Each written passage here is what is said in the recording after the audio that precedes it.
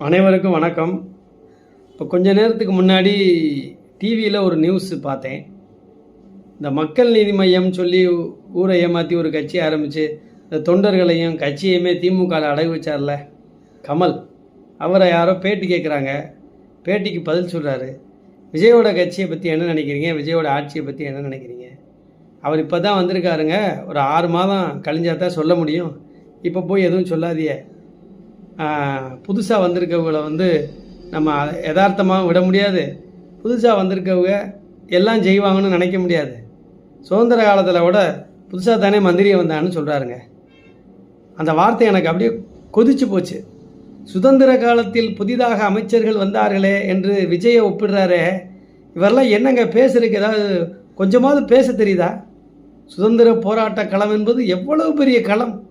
சிறை கொட்டடியிலே இந்த நாட்டிற்காக உயிரை உடைமையை கொடுப்பதற்கு தயாராக இருந்து அடிபட்டும் மிதிபட்டும் வெள்ளைய ஏகாதிபத்தியத்தை இருந்து இந்தியாவை மீட்டெடுப்பதற்கு போராடி பெற்ற சுதந்திரத்தில் புதிய அமைச்சரவையில் இருந்தவங்களை போய் இன்னைக்கு ரூட் மாஃபியா மூலமாக மோசடி செஞ்சு ஆட்சிக்கு வந்திருக்கிற விஜயை ஒப்புறாரே கமல், ஏதாவது பேச தெரியுதா? எல்லாருமே இந்த டிவியில் கமலோட பேட்டியை பாருங்கள். சுதந்திரத்தப்போ புது அமைச்சர்கள்லாம் வந்தாங்களே, அது மாதிரி தான் இவங்கிறாரு.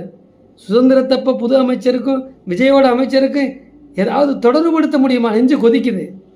எப்படியெல்லாம் தலைவர்கள் இருக்கிறார் பார்த்தீங்களா? எப்படியெல்லாம் சினிமாக்காரனுக்கு நீங்கள் அங்கீகாரம் கொடுக்க கொடுக்க கொடுக்க கொடுக்க இந்த சமுதாயத்தை ஒன்றுமே பண்ண முடியாது. வரலாறுகளையே தோண்டி தோண்டி புதைத்து விடுவார்கள். சுதந்திர வரலாறு, விடுதலை வரலாறு, தியாகிகள் வரலாறுலாம் விஜய் மாதிரி ஆளுகளோடு ஒப்பிட்டு, நடிகர்களோடு ஒப்பிட்டு இந்த சமுதாய வரலாறுகளை புதைத்து விடுவார்கள் போல. ரொம்ப கொதித்து வருகிறது. அவன் இந்த கமல்லாம் பேச தெரிஞ்சால் பேசுங்க, இல்லைன்னா பேசாதிய. எந்த வார்த்தையை யாரோடு ஒப்பிடுவது? எந்த பயணத்தை எந்த பயணத்தோடு ஒப்பிடுவது?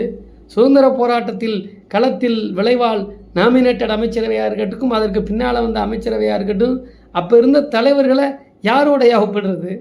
இன்றைக்கு வேணால் அதன் பிறகான தலைவர்கள் பல சூழ்நிலைகளை தேசம் கடந்திருந்தாலும் அன்றைக்கு இருந்த தலைவர்கள் இந்த தேசத்திற்கான தலைவர்கள். அதில் எந்த மாற்று கருத்துமே கிடையாது. அதை போய் விஜயோட அமைச்சரவையோடு ஒப்பிட்டு பேசுகிற கமல்லாம் ஏதாவது தெரியுது, அரசியல் தெரிஞ்சால் பேசுங்க சார், ஏன்னா பேசாதீங்க. ரொம்ப நெஞ்சு கொதிக்குது. நன்றி, வணக்கம்.